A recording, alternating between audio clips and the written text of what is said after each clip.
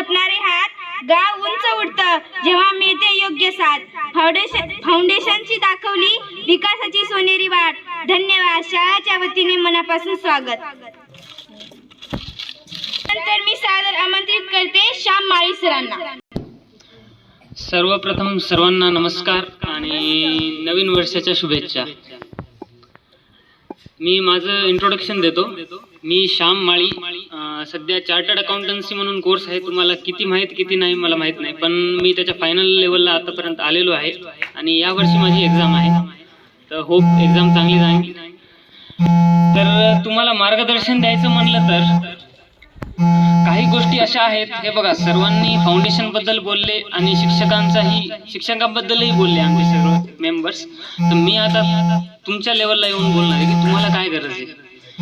तुम्ही 1ली ते 7वीचे विद्यार्थी आहात. आता फॉर एक्झाम्पल मी पण 4थी 5वी मध्ये होतो, तर मला एवढं नॉलेज नव्हतं की पुढे जाऊन आम्हाला काय करायचं आहे. किंवा आम्ही यायचो शाळेत मस्त टाइमपास म्हणजे शिकायचो आणि जायचो घरी संध्याकाळपर्यंत. एक मोटिव्ह नव्हता फिक्स की पुढे जाऊन आम्हाला काय करायचं आहे. तर आज तुमच्याकडं मोबाईल आहे. मोबाईल प्रत्येकाच्या घरी, असं नाही की कोणाच्याच घरी मोबाईल नाही आहे. टेक्नॉलॉजी अवेलेबल आहे आणि आजच्या टायमात ChatGPT पण आलेलं आहे. तर तुम्ही त्याचा चांगला उपयोग करून घ्या आणि तुम्हाला काय करायचंय, मोठं होऊन काय बनायचंय किंवा कोणत्या फील्डमध्ये काम करायचे त्याची तुम्ही काय म्हणता इन्फॉर्मेशन असते ती आत्तापासूनच घेऊन चला, कारण ते तुम्हाला हेल्प करेल पुढे जाण्यासाठी. दुसरा विषय राहिला, आपण जेव्हा शाळेत येतो तेव्हा आपल्या दिमागात हे असलं पाहिजे की आपले आई वडील जे आहेत ते खूप मेहनत करून खूप कष्ट करून आपल्याला पाठवतात. आता तुमच्या सगळ्यांना काही सांगायची गरज नाही, कारण तुम्ही तुमच्या आईवडिलांना दिवसभर बघतात. ते खूप जास्त मेहनत करतात आणि आपलं कर्तव्य आहे की आपण जेव्हा इथं येतो तेव्हा खूप जास्त मनापासून आपण अभ्यास केला पाहिजे.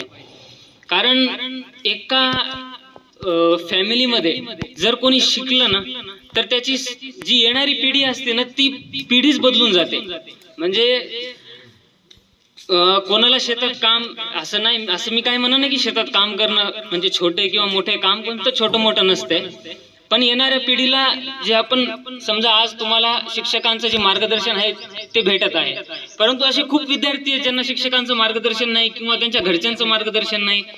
फॉर एक्झाम्पल मी पण होतो. मी 12वी पर्यंत मला माहित नव्हतं मला काय करायचंय. मी वेगवेगळ्या गोष्टी केल्या. मी बिझनेसमध्ये गेलो, याच्यानंतर इकडे तिकडे भरपूर गोष्टी केल्या. त्याच्यानंतर मला मार्गदर्शन दिलं माझ्या मित्रांनीच की शिक्षण पण आहे आणि शिक्षणाहून माणसाची जी थिंकिंग असते, माणसाची जी बोलायची पद्धत असते ती खूप चेंज होत असते. चेंज येते माणसाच्या थिंकिंगमध्ये. माणूस खूप प्रोग्रेसिव्ह विचार करतो आणि त्यानुसार मग तुम्हाला एक वेगळ्या टाईपची इज्जत पण भेटणं सुरू होती समाजात.